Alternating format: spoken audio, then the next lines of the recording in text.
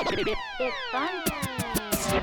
I was listening to Bo Burnham recently for no particular reason, and I began to notice something. We're recording part of the CD tonight, and yeah, good to start off with 8 minutes of mime jokes. I think it's nice that he considered the CD audience, but I assumed this was a random event until I noticed it again. For those listening in the CD, I kind of look like a bulldog. And again. For those listening, I threw confetti flamboyantly. And eventually realized that this was a pattern Burnham had carried throughout his career. He is in fact the only comedian I know of that is fully cognizant of the audience, to the point that his act changes depending on how it will be consumed. My father recently told me that I act too flamboyant on stage, and I said, "Really, Dad? Prove it!" Notice in this instance, he does not mention the confetti the way he did on the CD. They must have been recorded at separate times, and it doesn't go just one way. He can also tailor an experience for someone watching his material. I got a really good joke about video editors. Video editors are so fucking... I think we should do a poem right now, if that's okay. You guys know what continuity errors are? It's where in one shot something's one way, in another shot's another way. You know those things? Anyway. He also actively interacts with the live audience. Now, relationship is something that is thrown around by performers about as often as community is thrown around by creators on YouTube, but I think the term, in this instance, has merit. The key piece to a relationship, after all, is that it builds and strengthens over time. I just need one person's enthusiasm. That's all I need to carry me. Ow! Oh, I'm turned on and hurt.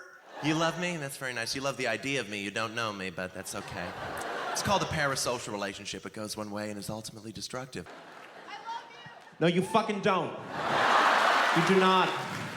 These interactions are quick and seem random, but are also oddly on message, given his reputation for making fun of celebrities. I don't feel like I connect with my men in the audience as well as I do with my prepubescent girls. Once you clue into how well he takes care of his audience, you begin to see just how often it's done poorly. But now, we both have short hair all around. Yeah. So I've been trying to go with more of a wet look. Just sweaty and just this is such a bummer. And this idea is reiterated in his own thoughts on writing comedy.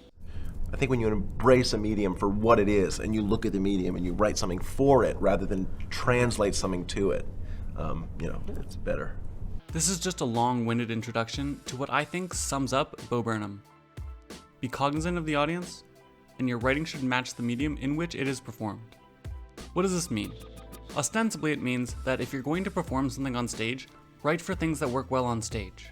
But since his bread and butter is satire, I think we should amend this slightly. While Burnham's premises are rather diverse, his style of telling jokes, satire, is consistently built from 4 layers: jokes, music, audience, and production. When he was smaller on YouTube, his jokes naturally poked fun at smaller people, mainly himself and other YouTube celebrities. In the beginning, there's little production value or audience participation. He draws focus towards the jokes and its music. My whole family thinks I'm gay. I guess it's always been that way. I've been doing drive-bys all of my life, except the bullets and newspapers. The car is my bike. Do something hilarious. Live performances require larger premises than YouTube because they are themselves larger. They also require different premises because they are themselves different. A natural direction then for a young entertainer with a flair for satire is to satirize established comedians and musicians, as they are 2 big categories of live performers. My wife, right? This is a poem by a dog. Roses are gray, violets are a different shade of gray. Let's go chase cars.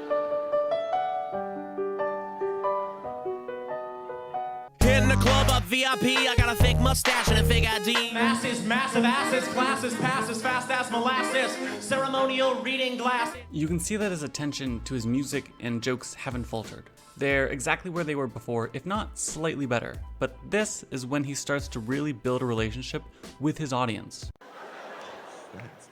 How old are you, buddy? 14? Is that your mother beside you? This is getting awkward, isn't it?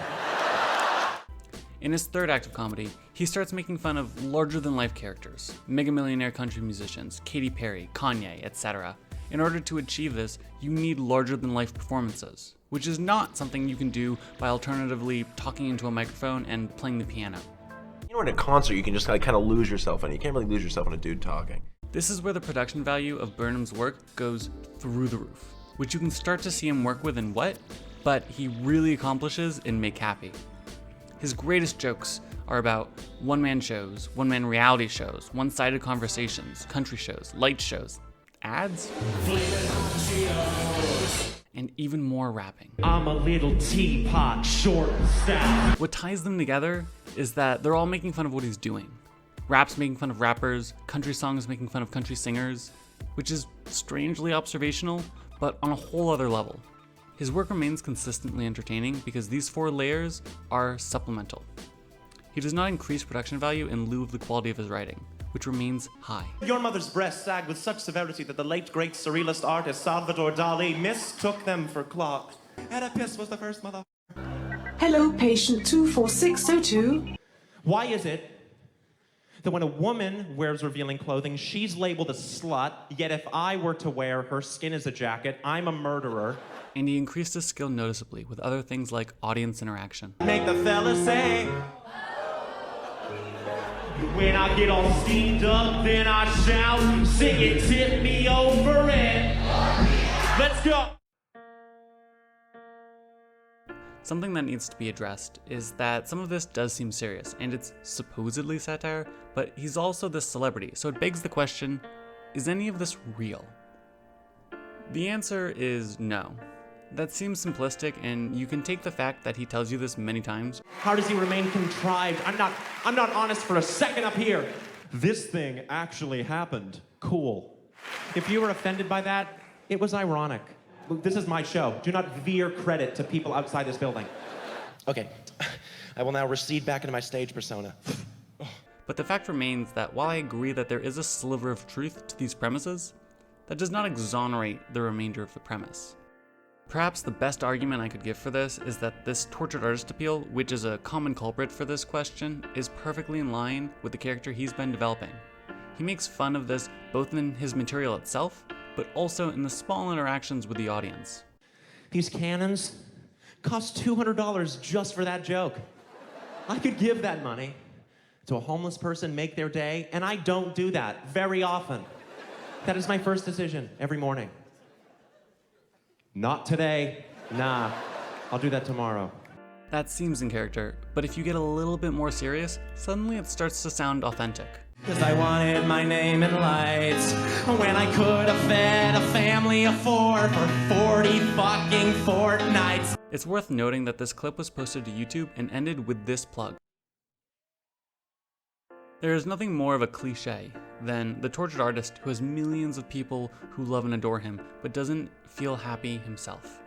So if your whole show is satirizing performers and performance in general, why wouldn't you include that? And if you're an audience member, why would you think the rest of this was an act?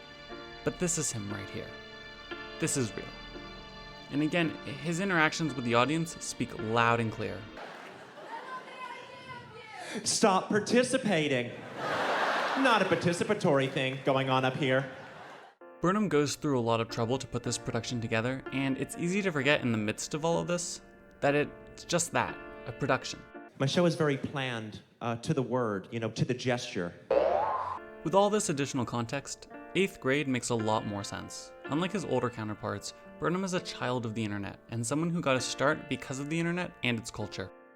I'm certain that this has helped him be more cognizant of things like his online audience. But it also makes sense when you spend your time on stage making fun of performers and your time on television making fun of TV, that you make a movie about how everyone is a performer, which is something that's clearly been on his mind for some time. In the past, that was sort of only afforded or required of really famous people or people, in real positions of power to have their own narrative. You know what I'm saying? And now it's everyone.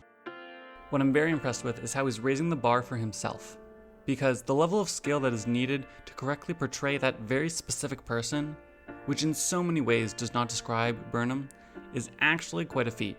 It's intimidating for the best authors out there. Stephen King expressed similar concerns over writing Carrie. Had shaken the cigarette ashes off the crumpled balls of paper, smoothed them out, and sat down to read them. She wanted me to go on with it, she said. She wanted to know the rest of the story. I told her I didn't know jack shit about high school girls. She said she'd help me with that part. Burnham made his name creating theatrical observational comedy specials, so I'm at the very least interested to see what this transition will bring to the film industry.